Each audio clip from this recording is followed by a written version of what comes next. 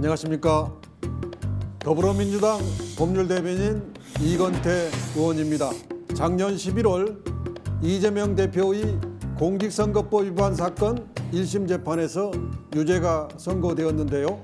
국민 여러분께서 재판 결과에 대해 걱정이 많으신 것으로 알고 있습니다. 이번 영상에서는 이 대표의 공직선거법 위반 사건에 대한 쟁점과 사실관계를 확실히 알려드리겠습니다. 영상을 다 보시고 나면 이재명 대표가 왜 무죄인지 확실히 알게 되실 것입니다.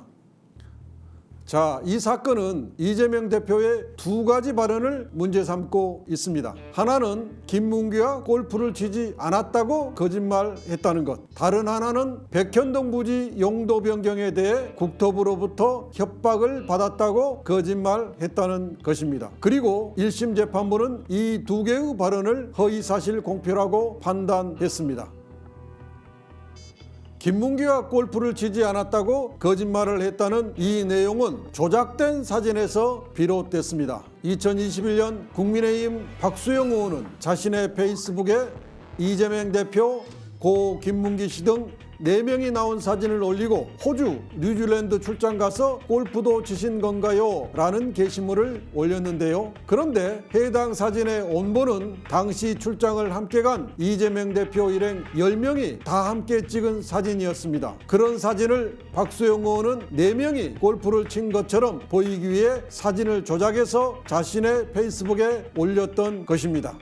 이재명 대표는 언론 인터뷰에서 박수영 의원의 페이스북에 대해 국민의힘에서 4명 사진을 찍어가지고 마치 제가 골프를 친 것처럼 사진을 공개했던데 제가 확인을 해보니까 전체 우리 일행 단체 사진 중에 일부를 떼내가지고 이렇게 보여줬더군요.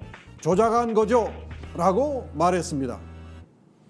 그렇죠. 아무 문제 없는 사진에 대한 설명이었습니다. 이재명 대표는 그날 그 장소에서 4명이 함께 골프를 친 것이 아니라고 사진을 설명한 것입니다.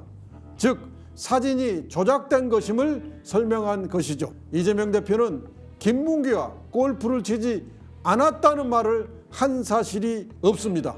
그런데 1심 재판부는 이재명 대표가 선거 당선을 위해 고 김문기가 골프를 친 사실을 부정한 것이라고 확장 해석을 하고 유죄로 판단했습니다. 맞습니다. 이런 재판부의 해석은 진술에 대한 확장 해석을 금지하는 대법원 판례를 정면으로 위반한 것입니다. 대법원 판례는 문건에 기재된 표현을 기초로 발언의 목적을 추론하고 다시 이에 따라 발언의 의미를 새기는 것은 사후적 추론에 따라 발언의 외연을 확장하는 것으로서 이런 확장 해석을 금지하고 있습니다. 네, 그렇습니다. 이재명 대표가 말한 적이 없는 사실을 가지고 재판부가 허위사실이라고 판단한 것은 말도 안 되는 것입니다. 즉 실체적으로든 법리적으로든 이재명 대표의 무죄는 명확합니다. 2021년 10월 20일에 열린 국회 경기도 국정감사장에서 국회의원 질문에 답했던 이재명 도지사의 백현동 관련 발언을 문제 삼은 것입니다. 이재명 대표는 국감 답변으로 전반부 설명에서 당시 성남시에 있던 5개 공공기관의 지방 이전 전체에 관하여 설명을 했고 후반부 설명에서 그중 백현동 소재 한국식품연구원 부지에 관하여 설명을 했습니다. 그런데 전반부 설명 때 말했던 국토부로부터 혁신도시법 의무조항에 의해 용도 변경을 요구받았다와 직무유기 이런 것으로 문제 삼겠다는 협박을 받았다를 재판부는 문제 삼은 것입니다. 그렇습니다. 백현동 사업과는 무관한 발언이었습니다. 이재명 대표의 국토부로부터 혁신도시법 의무조항에 의해 용도 변경을 요구받았다와 국토부로부터 협박을 받았다는 발언은 백현동 개발 부지 관련 답변이 아니었습니다. 전반부 설명이었던 당시 성남시에 있던 5개 공공기관의 지방 이전 전체에 관한 답변이었습니다. 그런데 검찰은 마치 백현동 부지에 대해 말한 것처럼 공소 사실을 짜집기 한 것입니다. 맞습니다. 실제로 당시 성남시는 박근혜 정부로부터 엄청난 압박을 받고 있었습니다. 국토부는 백현동 부지가 아파트를 지을 수 있는 2종 일반 지구지역으로 용도 변경해 줄 것을 강력히 요구했고, 성남시 도시기본계획에 백현동 부지는 R&D 부지로 지정되어 있었기 때문에 아파트를 지을 수가 없었습니다.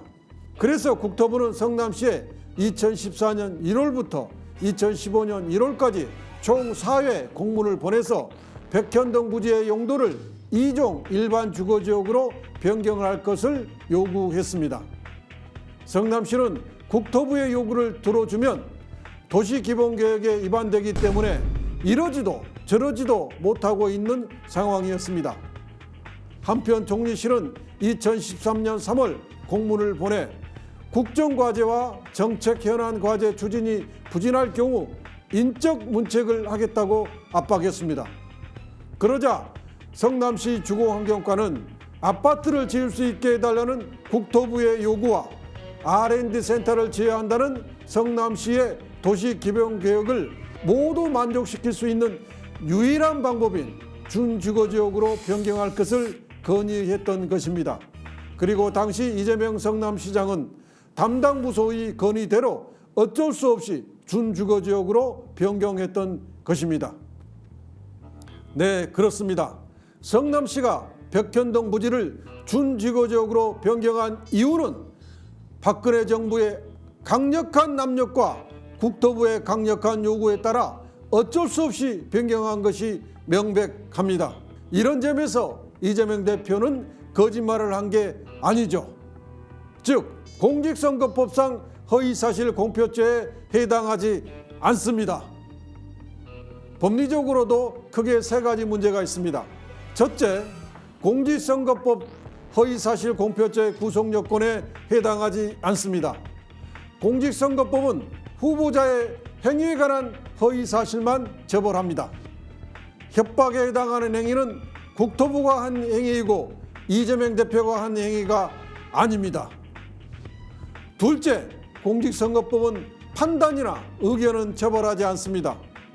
협박이란 말조차 이재명 대표의 판단, 의견일 뿐입니다. 이것을 법적으로 처벌할 수는 없습니다. 셋째, 국회에서의 증언, 감정 등에 관한 법률에 의하면 이 법에서 정하고 있는 처벌 이외에 국감장에서의 답변은 처벌할 수 없습니다. 이런 세 가지 이유만으로도 사실 이재명 대표는 공직선거법으로 처벌할 수 없습니다. 그러므로 무죄일 수밖에 없습니다. 네, 이재명 대표의 공직선거법 위반 사건은 무죄가 확실합니다.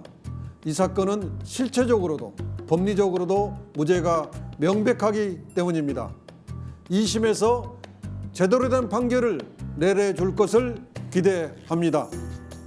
감사합니다.